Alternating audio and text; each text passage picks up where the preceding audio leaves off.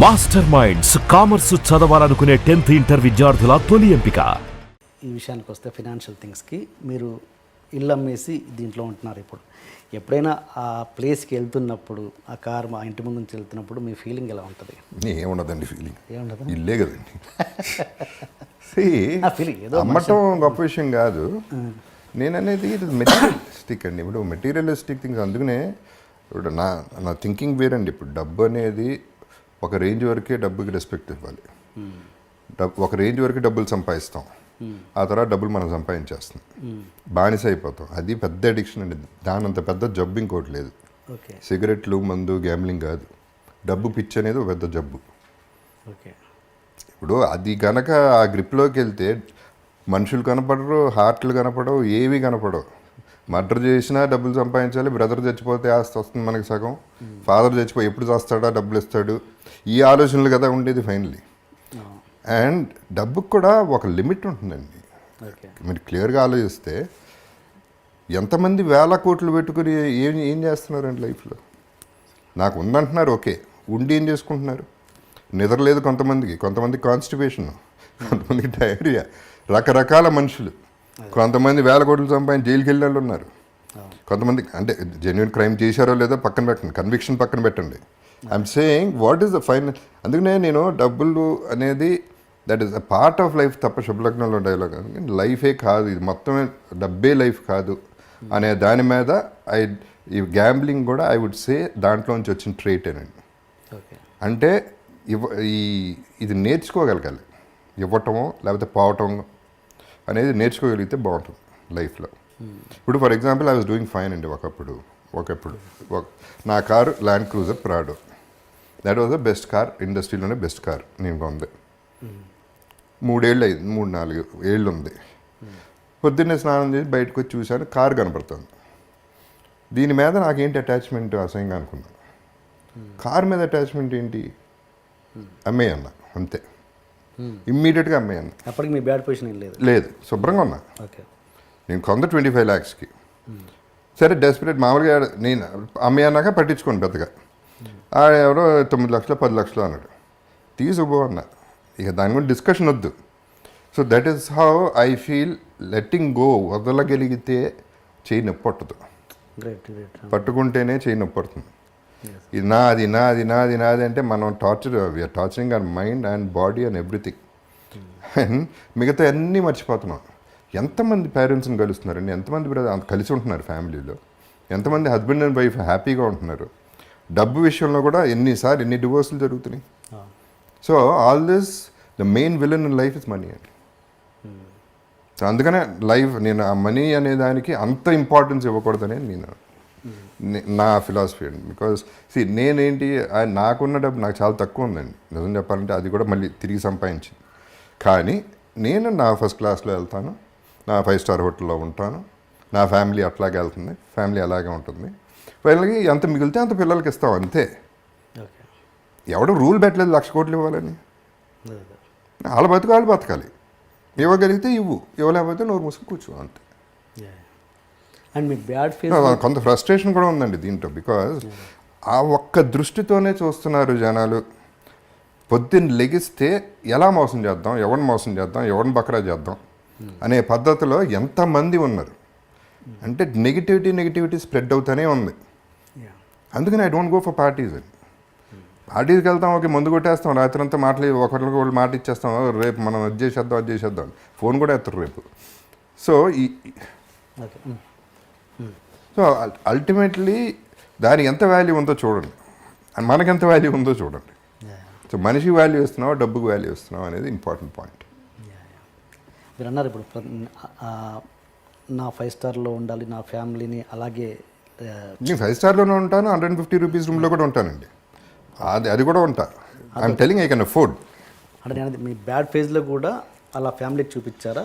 అలా చూపించని పరిస్థితి కూడా వచ్చిందా మీకు? వచ్చిందండి సిచ్యువేషన్. అంటే ఒకటి ఏంటంటే ఆ ఫ్యామిలీకి చాలా వరకు లాస్ట్ 1 year వరకు ఏం తెలియదు, అది నేనేం చెప్పలేదు ఎవరికి. So I had to maintain. వాళ్ళు అడిగింది ఇవ్వటం వరకు చేసాం, అంతవరకు చేసాం. అప్పు చేశాను, 60% ఇంట్రెస్ట్ కట్టిన రోజులు కూడా ఉన్నాయి. సో అవన్నీ దట్ ఈస్ మై ప్రాబ్లం. పెళ్లి చేసుకున్నాం, పిల్లల్ని కన్నాం, వాళ్ళని చూసుకోవాలి. ఎలా చూసుకుంటాం అనేది నా ప్రాబ్లం. సో అది అప్పు చేశాను, దానివల్లే అప్పులు పెరిగిపోయినాయి, ఇంట్రెస్ట్లు పెరిగిపోయినాయి, వాట్ ఎవర్ హ్యాపెన్. అది నేను పడ్డాను, ఆ గొడవంతా నేను పడ్డాను. ఏమంటే కంపేర్ చేసుకుంటే what is my problem in life? I don't have a problem ఉందనుకుంటే ప్రాబ్లం అండి. ఫర్ ఎగ్జాంపుల్ నిన్న సంజు సినిమా చూశానండి, సంజయ్ దత్ లైఫ్ చూశాను. ఆ లైఫ్ చూసిన తర్వాత నా లైఫ్ ఎంత గొప్ప, ఎంత హ్యాపీగా ఉంది. సో రివర్స్లో ఫీల్ అయితే నోబడీ హ్యాపీ. సాటిస్ఫాక్షన్ లెవెల్ ఎక్కడ ఉంటుంది? నేను అందరికీ చెప్పేది ఒకటేనండి. ఇప్పుడు నేనున్నాను, జగపతి బాబు ఇక్కడ ఉన్నాడు, అక్కడ లేడు, ఇక్కడ ఉన్నాడు. దీని కింద ఎంతమంది ఉన్నారు? వీళ్ళందరికంటే పైన ఉన్నా కదా. అక్కడికి చూస్తా, అక్కడికి వెళ్తే బాగుంటుందని ఆలోచిస్తా, కానీ ఇక్కడ హ్యాపీగా ఉన్నా. అలా ఆలోచించగలిగితే will have much more love in the society.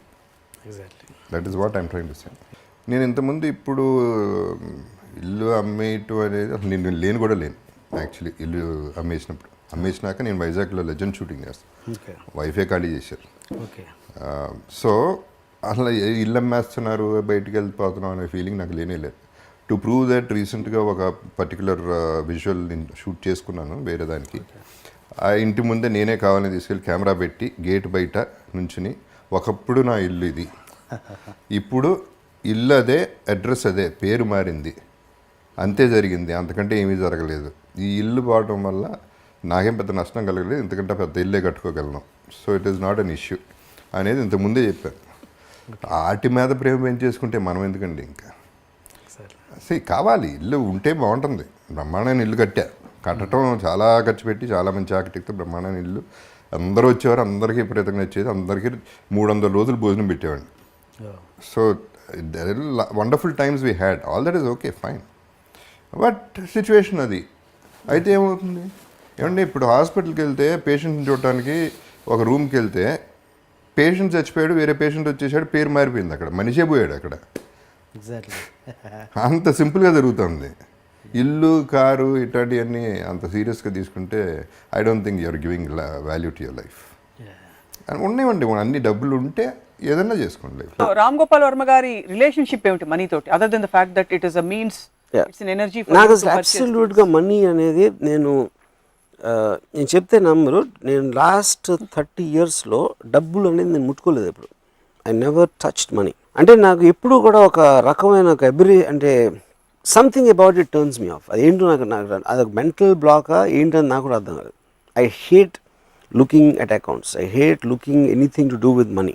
You know, చాలా ఆలోచించిన తర్వాత నాకు ఒకే ఒక సొల్యూషన్ ఏమొచ్చిందంటే నా మెంటాలిటీకి, I use to hate maths. School కాలేజ్లో మ్యాథ్స్ అనే సబ్జెక్ట్ అస్సలు నాకు నచ్చేది కాదు. అదొక రీజన్ అని అనుకుంటున్నాను. బికాజ్ డబ్బులు is connected to accounts and mathematics in a way. That is only reason. Yeah. But no other judgment. Yeah. So నా వెల్త్ ఏంటి? అప్పుడు నాకు మనీ లేదు, నాకు ఐడియాస్ ఉన్నాయి. But ideas also become a converter of energy.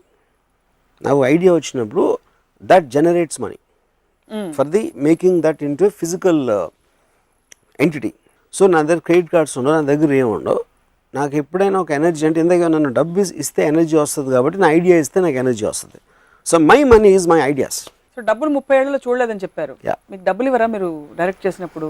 అంటే నేను ఇప్పుడు ఎవరెవరో చూస్తూ ఉంటాను నా ఆఫీస్లో, బట్ నాకు అసలు చెక్ డ్రాఫ్ట్కి తేడా తెలియదు, నాకు ఏంటో తెలియదు. నాకు అసలు మీకు చికాకు తప్ప ఇష్టం లేదు డబ్బు అంటే. నీకు ఇంకొక ఎపిసోడ్లో చెప్పాను, as long as I get up in the morning, నిద్రపోయే వరకు ఆ రోజు నేను తలుచుకుంటే అది చేయగలిగితే దానికి కావాల్సిన ఎనర్జీ నాకు నా ఐడియాస్ నుంచి వస్తుంది, నాకున్న వాట్ ఎవర్ వర్క్ కెపాసిటీ నుంచి వస్తుంది, దాని నుంచి వస్తుంది.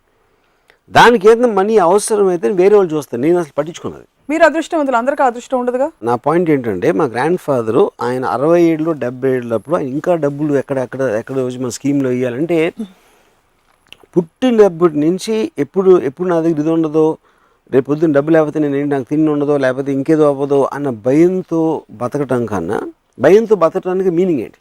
నా పాయింట్ అది. రేపు పొద్దున ఉండదేమో, రేపు ఎల్లుండి వెళ్ళిపోతుందేమో అని దాంట్లో మీరు కంటిన్యూస్గా ఏమీ చేయకుండా దాన్ని దాచేసి డిపాజిట్లు పెట్టి ఎఫ్డీలో పెట్టేస్తే అలాంటప్పుడు బతకడానికి అవసరం ఏంటంటే, అంటే అసలు ఏ సేవింగ్ భయం, ఇది జస్ట్ కేర్ అంతే. కాదు, ఇది రిలేటివ్ కదా, you can't look at it absolutely. ఇప్పుడు నేను కాలేజ్లో ఉన్నప్పుడు మా ఫాదర్ నాకు 400 రూపాయలు పంపించారు. ఈ 400 రూపీస్ ఆ రోజుల్లో ఆబ్వియస్లీ మెస్ బిల్లు ఇవన్నీ రకరకాల వాట్ ఎవర్, అది నేను మొత్తం ఫస్ట్ డే ఖర్చు పెట్టాను. తర్వాత ఏం చేసేవారు? ఐ డోంట్ నో, వెళ్ళిపోయింది లైఫ్ అలాగే. అంటే అప్పుడు ఇంకొకలాగా రోడ్డు మీద పడి తిరగటమే. కుక్క బతుకుతుంది కదా, కుక్క బతికి మనం ఎందుకు బతకలేం? ఏదో నా ఫ్రెండ్సో ఇదో అదో what ever something will happen, everybody is alive, you know. So the point is, ఆ రోజు 400 రూపీస్ తోటి నేను ఒక రెస్టారెంట్కి వెళ్ళి బియర్ తాగి చికెన్ బిర్యానీ తిని సినిమా ఒక 5-6 సార్లు చూసి వడవర్ అలాంటివి చేసి ఆ పవర్ ఉన్నంతసేపు దాన్ని సేవ్ చేయకుండా ఖర్చు పెట్టడం అంతే. మీరు ఆ 400 రూపాయలు ఖర్చు పెట్టేస్తున్నప్పుడు మీ స్టేట్ ఆఫ్ మైండ్ ఏంటి? ఆప్షన్ ఏ, అయిపోయాయి చూసుకుందాంలే తర్వాత. ఆప్షన్ బి, నాకు రేపు ఉంటాను లేదు తెలీదు, ఇవాళ బతికితే చాలు 400 రూపాయలు ఖర్చు పెట్టి. లేదా ఆప్షన్ సి, మళ్ళీ కావాలంటే అవసరం అయితే నాన్నే పంపిస్తారు. ఏముండేది? What would go? నాన్నని పంపించి ఎప్పుడు అడగలేదు మళ్ళీ. I never did that. I know as long as your అంటే ఇప్పుడు ఎనర్జీ ఉంది నా దగ్గర, డబ్బు అంటే ఎనర్జీ, కన్వర్టబుల్ ఎనర్జీ ఉంది. సో లైఫ్ అనేది నా టైం వెళ్ళిపోతుంది. I value time the most. ఎందుకంటే మిగతా వస్తాయి వెళ్తాయి కానీ టైం అనేది వెళ్ళిపోతూనే ఉంటుంది. సో ఆ టైంలో నాకు ఒక ఎంజాయ్ చేసే ఒక పరికరం నా దగ్గర ఉందంటే నేను ఎంజాయ్ చేస్తాను. Because I want to live my life intensely and at that time. దాని తర్వాత మధ్యాహ్నం ఏంది రాత్రి ఏంది చూద్దాం.